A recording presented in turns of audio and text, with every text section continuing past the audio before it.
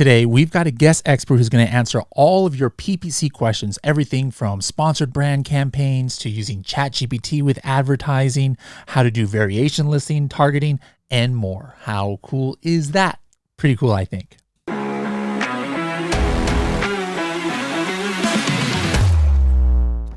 Helium 10's got over 40 tools for e-commerce entrepreneurs.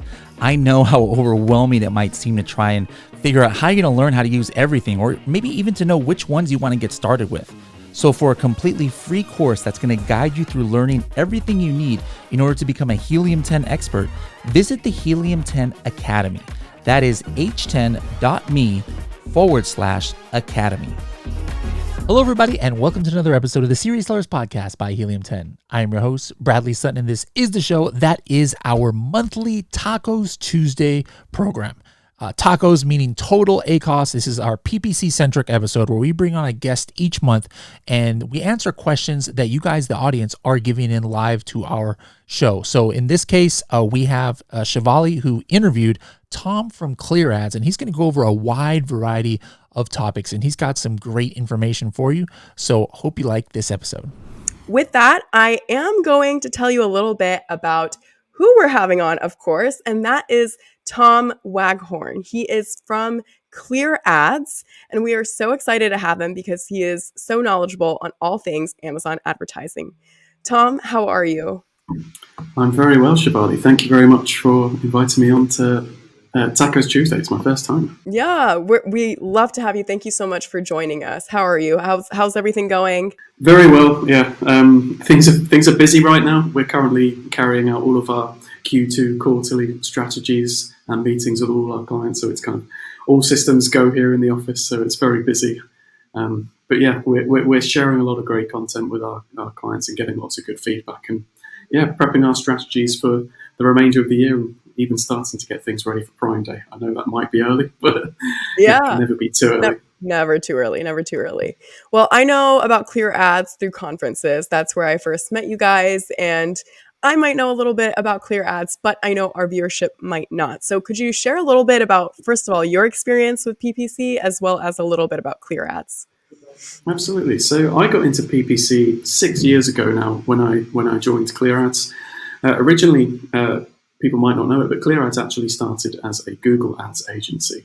And then we very quickly caught on to the scene of Amazon advertising and how lucrative that was and how easy it was for a seller to set up on Amazon and start getting their products appearing through PPC. So a lot of our business ended up going that way because it was a lot more attractive to a lot of the clients that were searching for an agency.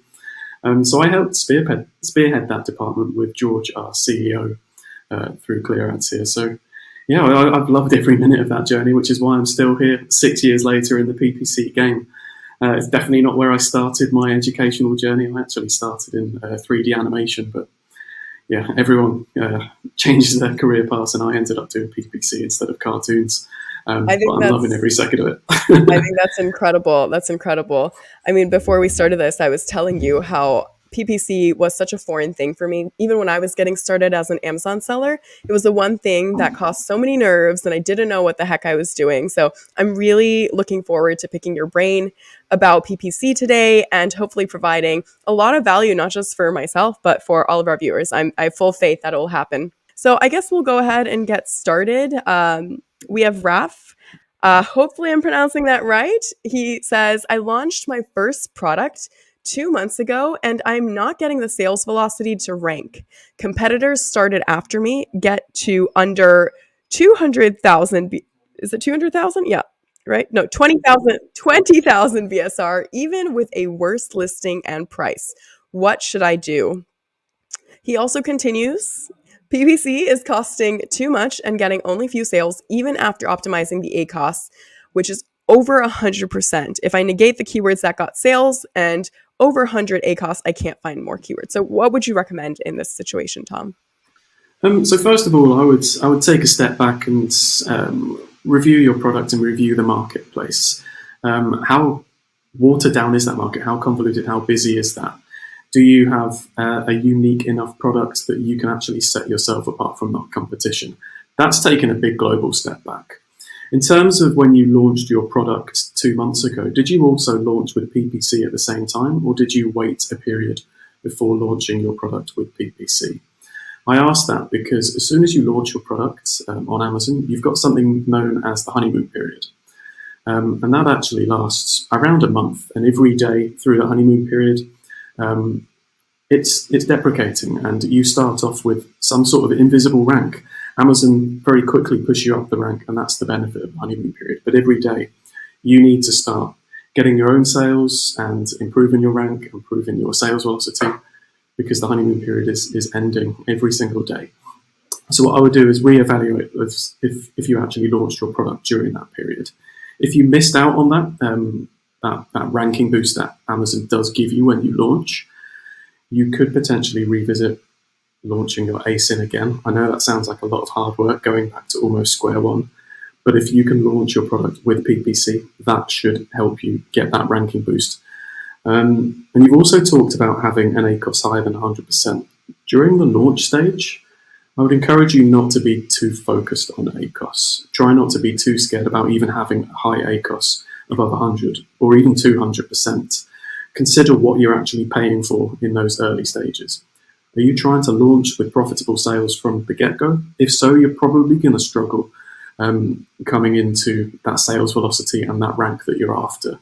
So I would review what you're actually spending your PPC money on. Consider that spend should go towards increasing that sales velocity, increasing that rank, increasing that exposure. You're paying for that benefit of having that new exposure and even reviews coming through. Once you've got that foundation set up, then you can start to optimize your account and start to see that ACOS come down to 90%, to 80%, to 70%, all the way down to whatever your target ACOS is. Don't try and achieve and tick every box from the word go, because it's impossible to pull every lever and tick each of those targets that you've set for yourself and your business and your account in one go. So it seems like the sales velocity and the rank is what you want to go for first. So try and change your mindset on what you're actually spending your PPC on. And then your next point was that PPC is actually costing you too much and only getting you a few sales. That's another reason why you need to reevaluate what you're trying to achieve with your PPC. Now, it's not always the same. Some people can successfully launch with a sustainable ACOS out of the gate. It depends how watered down that marketplace is. But you've also mentioned if you negate your keywords that got sales and 100% ACOS, then you struggle to find more keywords. That's probably because those keywords were the ones that were relevant. You've carefully done that keyword research, whether that's through a tool like Helium 10 or even through other tools or your own search term reports. Are you running automatic campaigns? I know it seems like it's lazy advertising, just letting Amazon do the work for you, but having those run alongside your manual campaigns is a very good way to constantly discover new keywords and harvest more. Also, it's worth taking those keywords that you have identified that have got you sales, regardless of what the ACOS is, and running those through a long-tail keyword tool. So your seed keyword might only be 1 or 2 words long. Even putting that into the Amazon search bar using the Helium 10 extension, it will actually auto-complete a lot of those words for you. Try running ads on some of those keywords. Yes, they're going to have a lower sales volume, lower search volume, I should say, because they are longer tail keywords, but they should be cheaper and easier to rank for because they're likely to be a lot less competitive because of the nature of the length of the phrase in that keyword. Once you start ranking well for that, it's also ranking for the individual keywords and shorter phrases that are in that long tail keyword. So then you can start to introduce those broader keywords that might be carrying higher ACOSs for you. And you should see improved results on that. So sometimes it can be a slower and steady race to get there. We also have Rosina who says, if I have 3 size variations, bigger being more price, which variation should I advertise on my sponsored product exact campaign? The cheapest or all 3? Depends on your strategy. So if you know that you've got a far better margin on the bigger product with the far bigger price, which I assume would be the case, then that would be the one I would want to advertise because the keywords are going to cost the same, but your margins are a lot better. So you having a $1 per click keyword is going to give you far better profits. if you've got a higher ticket price item. But also I would suggest trying to advertise all three, potentially in separate campaigns, and actually see which gets more engagement. Which of those size variations has a higher click-through rate, and which of those has a higher conversion rate. And then I'll just advertise that one, because if that's how people are responding to your products in the search results and from the listings, when they get to that listing, they can then choose if they want the smaller variation, the medium variation, or the large variation. Most shoppers are intuitive to know that there are different sizes. They don't just assume when they search for a product that it only comes in one size and one color. So I would do that. That's something we're doing for a new client that signed up with us to advertise in the UK. They have, for some of their ASINS, 15 variations. They already had some data with their previous agency, and we knew where the sales velocity was coming through. So we just prioritized that. Which of these variations generates more sales? So that's the one that we advertised. But yeah, generally speaking, the bigger the price, the better your margins are. But it's just a case of how people are going to respond. I guess another example is if you're selling, let's say, a cleaning product. I think most households are going to go for a simple handheld spray. But you could also be selling something that comes in like a big gallon jug. I think the general public are more likely to respond better to something that they can actually use in their house rather than the industrial size. So it depends on the need and the niche of your product and how many people are likely to adopt those different sizes. So evaluate that as well, Rosina. Thank you for answering that question. Now, as far as, let's say somebody already has their set PPC strategy, right? Like maybe they're doing the variations, or they have a catalog of products that they already are very set in their campaigns. How do you recommend somebody audits their campaigns? So I know there's a lot of different metrics you could take a look at, but what's sort of that fine balance of maybe understanding that you're spending too much, or when to kind of start fine-tuning it, how to fine-tune it, that sort of thing? Yeah, there's a wide variety of things. I guess going to the title of this show, check your tacos. Are your tacos low enough? Set yourself a target. I think most people go somewhere between 10 and 15%. You can easily find your tacos by cross-referencing your spend against your overall sales. So that's not just your ad-attributed sales, that's all of the sales. And seeing what that percentage is. If it's too high, then you're likely cannibalizing some of your organic sales. So if this is a legacy account where you're in maintenance mode and you've got all your keywords sorted, then potentially start dialing back on some of those bids and some of those budgets. I wouldn't recommend doing that across the board. Test that with one product or even just one campaign or a few keywords and see what effect that has. If you still see the same level of overall sales, then pulling back was the right thing to do. If you start pulling back, but then your overall sales start declining, then yeah, you still need to keep pushing and trying to get that ranking up before you can see those tacos come down. Another thing to look at would be your click-through rate. So it's very easy to settle on keywords that have the lowest ACOS, but try and find some of those little hidden gems that have a really high click-through rate. They're the ones that people are responding to. They might just not have had the chance to flourish or be pushed further. So there's always one or two keywords in a campaign that we kind of just leave there. They tick along. They're not wasting too much money. They get one sale here or there. But try and look at their click-through rate. And we've now got access to the search query report through Brand Analytics. It's an incredible tool. I still think it's underutilized today. I know we see it all over LinkedIn, but we live in a bubble. It's a small portion of people that are utilizing that and talking about it. That will show you how many impressions you get from that keyword, from that search term, down to how many clicks, down to how many add to carts, down to how many purchases. So work backwards through that. And then that will also guide you to what your realistic bid is for that keyword as well. But find those high click-through rate keywords and start trying to push those more.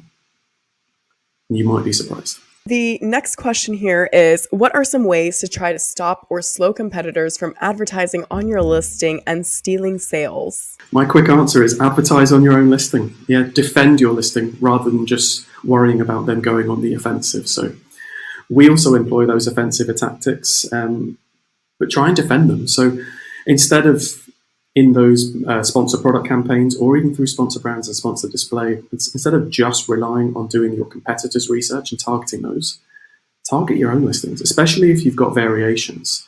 Going back to, I think it was, Rosina's question earlier, she's got 3 size variations. Advertise against those different size variations. That way, yes, we know that they can click on those different variations within the listing, but if they're scrolling down the page and seeing those ads for your own products in different parts of the product display page, it's pushing away the competition and slowing the competitors. It also acts as cross-sell and gives you another chance to showcase to that shopper that you have other products and size variations to show off. You can also show off your complementary products. So maybe you're selling coffee. That's a chance to show off your coffee mugs, your coffee machines, your coffee paraphernalia. It acts as a cross-sell, but the main job you're trying to do is stop someone advertising your listing. So try that. At that point, I would say the important metric to track as well would be impressions. Don't be put off if those sales aren't generating sales. The job they're trying to do is have those ads appear on your page. If you've got high impressions on those campaigns, that campaign's doing its job. You know your product is appearing on your page. If you get any sales, that's the cherry on the top. Depending on how many sales, it might be time to evaluate the product that they're appearing on. If you're only seeing a few people jump ship from your product A to product B, then they found a more applicable product to them in the time. But if you see a high volume of people jumping from one to the other, then you might need to evaluate the product they're jumping from as well. So. I see that there's a couple questions here. Let's get to both of them. Yitzhak says, I launched yesterday new products on clothing for women niche, black colors, 6 sizes, small through 3XL. Congratulations. No reviews. I run automated PPC and exact broad and product. Should I target all of the sizes or just one? There's 2 ways you could approach this. You could go all in on all sizes and see which one just gets the most engagement. Or you could do some market research and, I guess, see which size you think is likely to get more engagement just from the get-go.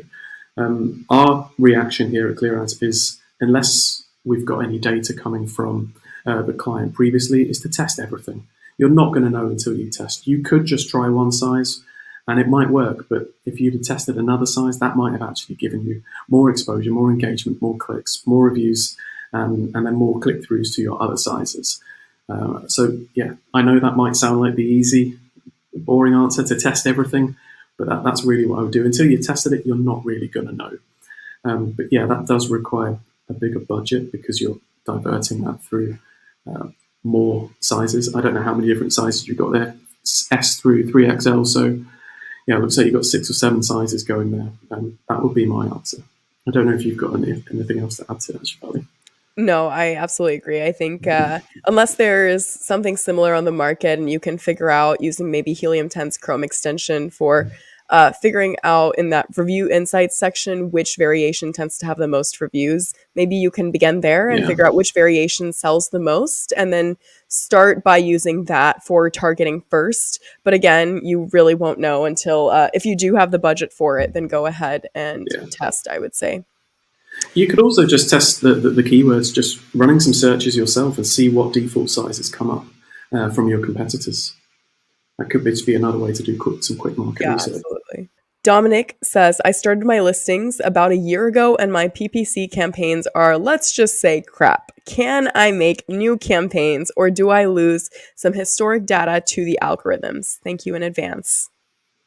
You can absolutely make some new campaigns. There's no harm in starting from scratch with PPC. Your algorithmic data is tied to the keyword against the product. I don't think Amazon truly cares if it's from that campaign or not.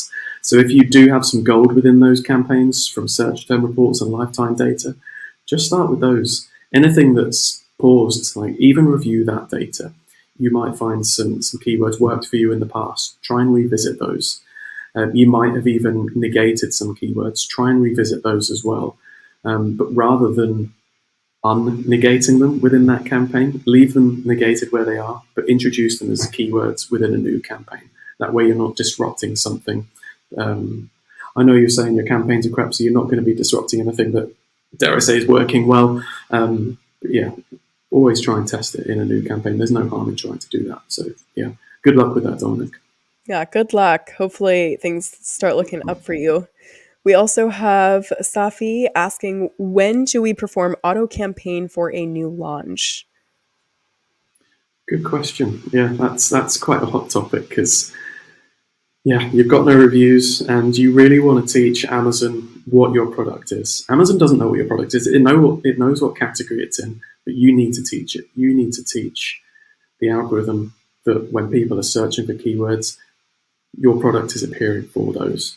So when running an auto campaign, you do run the risk of people coming through with irrelevant searches, or maybe they're close to your product but not quite hitting the nail on the head. So I would still launch them early on, but not necessarily day one. So come prepared with a number of keywords, whether that's just 5 or 6 that truly sum up your product, but you know that if this was the product you want, they're the keywords that you would search for. Try and rank for those. Try and put some budget behind those. So when people search for those and your product appears, Amazon is now learning that your product is those 5 keywords. Once you've got some traction behind those, then you can start introducing your auto campaigns, your broad, your phrase, your product targeting. But in an ideal world, I would launch with exact match on a selection of keywords that I knew that summed up my product, I wanted to rank for, and if I was looking for that product, that's what I would search for. Are there a certain amount of keywords that you would maybe put into a campaign and limit it as? Because I know that when you have a certain budget, then that budget can run out really fast, especially if you're spreading yourself too thin. So is there a recommendation of what you recommend staying between? Yeah, this has changed a lot over the years and very quickly. Gone are the days where you can just fill a campaign with 1,000 keywords, like every keyword under the sun, and it just works. It's very quickly been reducing, and I probably wouldn't put more than a dozen or 20 keywords in a campaign now. But I would also have a look at the search volume of those keywords. Even if I've got 20 keywords, but search volume wise, one keyword's got like 20,000 and the other keywords have got a couple of hundred, I already know where the budget's going. It's going to that high search volume keyword, and the others aren't going to have a chance. So divide your campaign structure up by search volume, not just by match type and product type. But if you've got one keyword that's carrying 20,000 and everything else is 1,000 and lower, isolate that one already, because it's already going to swallow up the budget and it's not going to be a fair test. It's not going to be a fair experiment. So keep those lower search volume keywords in a different campaign with its own budget. We know it's going to be a fair trial. And what about something that's a little bit more advanced? For example, day parting ads. When does that become a good idea, or when should somebody consider that? First of all, you're going to need a tool for day parting. Unfortunately, that's not something Amazon allows us to do within the platform. I guess for those that don't know what day parting is, this is where you can tell the system to pause your ads completely during a certain day or a certain hour of the day. I would never recommend having your ads and your keywords completely paused for those periods, but reducing bids during moonlight hours, like no one is really looking to purchase with any intent at 1 or 2 in the morning. Chances are they can't sleep and they're just window shopping. Still good to reach those customers because they're still showing some sort of interest, but have your bids reduced by maybe 10, 15, 20, 30, 40, even 50%. But when to introduce this would when you really see that you're struggling to combat some wasted spend. Even with thorough optimization, getting those bids down, getting rid of wasted spend from irrelevant keywords or high ACOS keywords, that might be a time to consider day parting. And that might bring us back to our example earlier that Ralph was asking, that there are key campaigns and keywords in there with an ACOS above 100%. That might not be true for every hour of the day. That might just be what the average is. Maybe you've got a lot of traffic in unsociable hours that are causing that ACOS to go up. So that would be a time to visit day parting. And yeah, with the Amazon marketing stream, I know that's kind of in beta stages at the moment. It actually gives you a lot more data with day parting. It's not just you deciding, okay, it's probably a good time to reduce bids during the hours of like 1 a.m. to 4 a.m. The marketing stream will actually tell you what level of sales you're seeing through those hours, what your ACOS is for that campaign or that product or that keyword through those hours. So if you can get access to the marketing stream, that will give you a lot more data. And you can introduce that a lot quicker because you've got a lot more solid data through that. I see Safi has asked, how do we allocate budget PPC budget amongst ad campaigns for a brand new launch? Good question. I would make sure most of that goes to, like what we were just saying, the keyword campaigns. I would try and launch one exact because, like I mentioned, you want to teach Amazon's algorithm what your product is, and it's going to learn that quicker by knowing what keywords people have clicked through and made that purchase from. So I would try and allocate more of your budget through to those keywords that you really want to rank for, that you really want to index for, and you really want to be relevant to your product. I would have a smaller budget when you do introduce it for auto campaigns. You're always going to do better keyword research on your own by using tools. The auto campaigns are just going to kind of fill in those gaps of the nuances, the misspellings, the different nuances within language, whether that's kind of localized slang words. You're not always going to find those within your own keyword research. So I would always try and prioritize the keyword campaigns. I would mostly be launching with keywords and then a selection of competitor targeting. Competitor targeting is going to give you a better rank increase, but it's also less likely that you're going to get the conversion from a competitor targeting ad. Most of that is going to come from your keywords, but you're likely to see a 4x ranking increase from someone jumping from a competitor to your listing and having that conversion directly from a keyword sale. You're more likely to see keyword sales. So weigh that up. And when you introduce sponsor brands and sponsored display, for the most part in my accounts, I'm allocating about 60-70% of my budget to keyword campaigns once we've got past that launch phase. And then sort of 30-40% across sponsor brands and sponsored display. So Yitzhak, I see your next comment is women's clothes niche, Walmart marketplace, new product. Which keyword will you run after high search volume or low search? New item, no reviews. I would go with high search volume to start with. That's what people are searching for. Yes, it's going to be more competitive, but it's ultimately where people are going to be looking. Those low search keywords, that's what I would go after once you've exhausted your testing on those high search volume keywords. Also, it depends on what metric and what KPI you're trying to track. Are you going after profitability out of the gate, or are you just trying to get those reviews, that sales velocity, that ranking, that exposure? I would absolutely go for the high search volume. If you are more conscious of your margins and your ACOS, then I would look at introducing a lot more of those low search volume keywords, but have a lot of them. You can't just have a few low search volume keywords, otherwise, they're low searching for a reason. Not many people are going to discover them that way. So I'd make sure that they're included. But I'm always introducing low search volume keywords. Like I said, you've got your seed keyword, which is the main keyword you're going for. That might be women's top or women's dress site. And then the longer tail version is going to start to introduce colors, sizes, patterns. There's going to be a smaller search volume for those because you've made that keyword more niche. You're reaching a more niche audience with that. But they're still valid, and it will help you to rank for the individual keywords that are within that longer tail variant. Let's talk about something else, and that is negative matching keywords. Is there a time that you tend to do that? When do you change those keywords over to a negative match? I'm definitely not doing it from day one, because it's very easy to respond to a keyword that's got a very high ACOS and think, okay, this isn't working for me. I'll add this as a negative so I don't waste more money. We've talked a lot about launching and ranking today. If you can take a step back and work out what you're actually trying to pay for, you're paying for ranking, you're paying for exposure, you're paying for the benefit of trying to get more reviews, and it's not about profitability from the get-go. So I wouldn't negate from day one. But maybe a few weeks in, when you've actually got a bit more stability, you know what your ranking is from those first 2 weeks of the honeymoon period, then you can start negating. Especially if we're talking about keywords that you know are relevant and actually speak true to your product. I would always be looking at those search term reports, at least on a weekly basis. Negate any traffic that is irrelevant.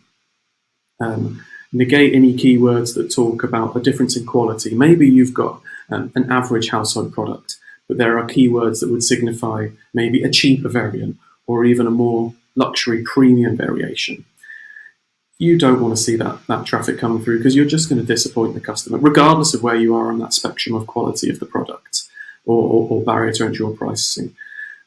If you can negate the premium keywords because you've got a middle ground product, then do that. You don't want to confuse that traffic that is searching for a more expensive variation or even a cheaper variation. So start negating those as you see them come up from your search term report. But once you start to hit the maturity, if you do see keywords that are relevant but consistently have a high ACOS, maybe it's because you just can't be competitive on that bid. Maybe you've got a lower ticket price item, let's say $10 price, and some of the keyword clicks are going to be $2, $3, $4, $5. Now, even with your margins, you can probably only afford a couple of clicks on those before a conversion, before your ACOS is gone on those. So start negating those. Any common themes in keywords that you see that you need to negate, whether it is the word cheap or premium or luxury. Maybe you're selling pet food and you're already selling dog food. Start negating things like cat, like straight out of the gate. Add those on phrase, because that way you can negate any variation that comes off of that keyword.